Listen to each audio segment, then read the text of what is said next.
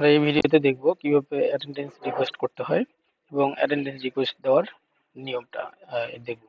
এরকম একটা ড্যাশবোর্ড থাকবে, ড্যাশবোর্ড থেকে থ্রি ডট মেনুতে যেতে হবে। থ্রি ডট মেনুতে গিয়ে দেখবেন এখানে অ্যাপ্লিকেশনে এখানে ক্লিক করলে দেখবেন যে এখানে অ্যাটেন্ডেন্স অ্যাপ্লিকেশন নামে একটা আছে, অপশন আছে, এখানে ক্লিক করবেন। ক্লিক করার পরে নিউ অ্যাপ্লিকেশনে যাবেন।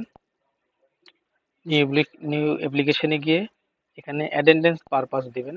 আপনি কি কারণে আপনি অ্যাটেন্ডেন্স রিকোয়েস্টটা করতে যাচ্ছেন। আপনার সাপোজ ধরেন ডিভাইস ইন্টারনেট ইস্যু থাকতে পারে, ইনফর্ম আর্লি এক্সিট হতে পারে, লেট ইনফর্ম হতে পারে, অফিসিয়াল ওয়ার্ক অ্যাট অ্যানাদার প্লেসও হতে পারে। হুম সাপোজ ধরেন আমি official work at another place আমি এটা দিব। তারপর হচ্ছে সিলেকশন অ্যাপ্লিকেশন টাইপ আমি ইন টাইম রিকোয়েস্টের জন্য করতে যাচ্ছি। আচ্ছা, আমি অফিসিয়াল কাজে, আমি যেহেতু এখানে দিছি official work at other place, মানে অফিসের কাজে বাইরে ছিলাম। বাইরে থাকার কারণে এখানে আমার এক্সাক্ট টাইমটা এখানে বসাবো। আসলে আমি ৯টায় অফিসে উপস্থিত হয়েছি, কিন্তু আসলে আমার ৮টায় অফিসে ইন করার কথা। আমি সেটা রিকোয়েস্ট করব। আসলে আমি অফিসের কাজে বাইরে ছিলাম, সেটা এখানে টাইমটা সিলেক্ট করে দিব ৮টায়। ৮টায় কনফার্ম করলাম।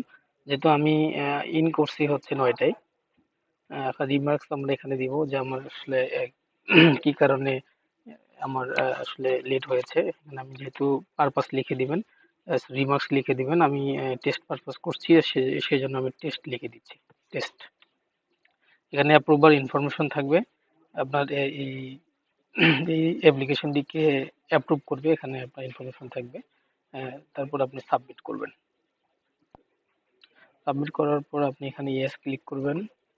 ক্লিক করার পর দেখবেন যে এখানে আপনার রিকোয়েস্ট টাইমটা এখানে আপনার দেখাবে পেন্ডিং অবস্থায় আছে। যখন আপনার অ্যাপ্রুভাল এটা অ্যাকসেপ্ট করবে তখন এটা অ্যাপ্রুভ হয়ে যাবে এবং আপনার ইন টাইমটাও পরিবর্তন হয়ে যাবে। আপনি যে টাইমের জন্য অ্যাপ্লিকেশন করেছেন সেটাই আপনার এই ড্যাশবোর্ডে শো করবে।